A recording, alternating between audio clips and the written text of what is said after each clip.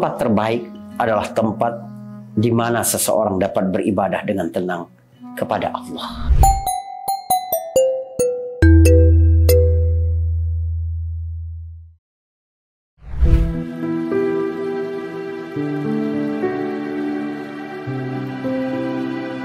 Ketidakpuasan adalah sifat alami manusia. Lau anna libni Adam wadiyan min zahabin ahabba an yakuna lahu wadiyan. Kalau sekiranya anak Adam itu memiliki satu lembah emas, pasti dia tetap berharap memiliki 2 lembah dari emas. Ada pertanyaan di hari ke-29 ini. Kenapa kita sering merasa nggak puas dengan tempat atau keadaan kita sekarang? Saudara, ini bukan tentang seberapa lapang engkau berada di satu tempat, tapi seberapa kedamaian ada di dalam hati. Semakin sempit ruang, hati harus semakin lapang. Orang-orang hidup di rumah yang kecil tapi merasakan kelapangan hati yang luar biasa, maka tidak ada artinya rumah yang kecil itu. Sebaliknya, rumah yang besar dengan hati yang sempit, maka dia tetap seperti neraka. Bagaimana kita memandang pemberian-pemberian Allah Subhanahu wa taala dalam kehidupan menentukan kualitas kebahagiaan kita. Ada satu hadis dan menurut saya hadis ini kuat sekali berkenaan dengan kesehatan mental. Bahwa Nabi Shallallahu alaihi wasallam bersabda, "Idza asbaha ahadukum aminan fi sirbihi, mu'afan fi jasadihi, wa 'indahu qutu yaumih, fa ka'annama hizat lahu dunya." Apabila seseorang bangun pagi, memulai harinya, lingkungan di sekitarnya aman, tempat dia hidup itu tentram, sentosa, dan tubuhnya sehat, dia tidak sakit, dan dia cukup bekal makan untuk hari ini, maka seperti Allah sudah berikan seluruh dunia kepadanya. Teman-teman, ini bukan tentang seberapa banyak Allah memberikan kita dalam kehidupan, tapi seberapa hati kita menerima dalam rasa penuh kecukupan. Nabi SAW dalam hadis tadi menyebutkan 3 saja untuk menikmati dunia ini. Yang pertama adalah kamu fokus. Lingkungan tempat kamu berada itu damai. Artinya tempatmu bekerja itu kondusif. Rumah tempat engkau tinggal ada sakinah, ada mawaddah, ada rahmah di dalamnya. Itu sudah lebih daripada cukup. Yang penting adalah bagaimana engkau menjadikan rumahmu itu sebagai sarana untuk taat kepada Allah sehingga Allah menurunkan rahmat. Sebab rahmat Allah hanya turun ke rumah yang di dalamnya saling mengajak kepada ketaatan. Nabi SAW bersabda, "Rahimallahu rajulan qama minal lail fasalla wa ayqadha imra'atahu fa in abad nadaha fi wajhihal ma."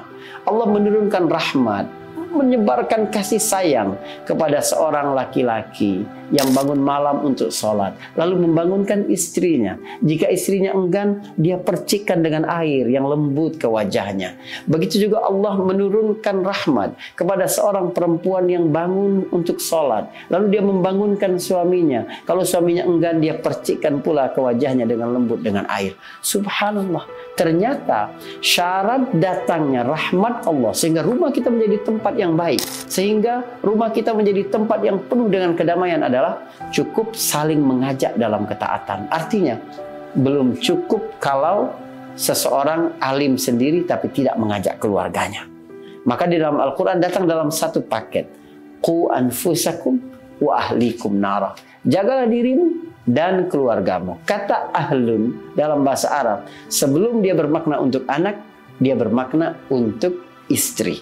Jadi bagaimana engkau mengajak istrimu, mengajak suamimu, mengajak pasanganmu untuk taat kepada Allah Subhanahu wa taala, berhati-hati dengan dosa, maka di situ engkau akan merasakan puas, tempatmu merasa menjadi lebih lapang.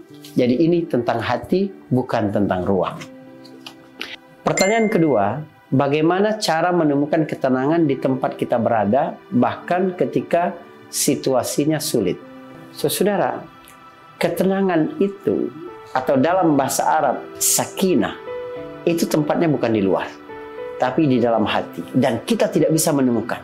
Sebab ketenangan itu adalah pemberian dari Allah. Perhatikan, Allah berkata begini, "Huwallazi anzala sakinata fi qulubil mu'minin." Dialah Allah yang menurunkan ketenangan ke dalam hati orang-orang yang beriman.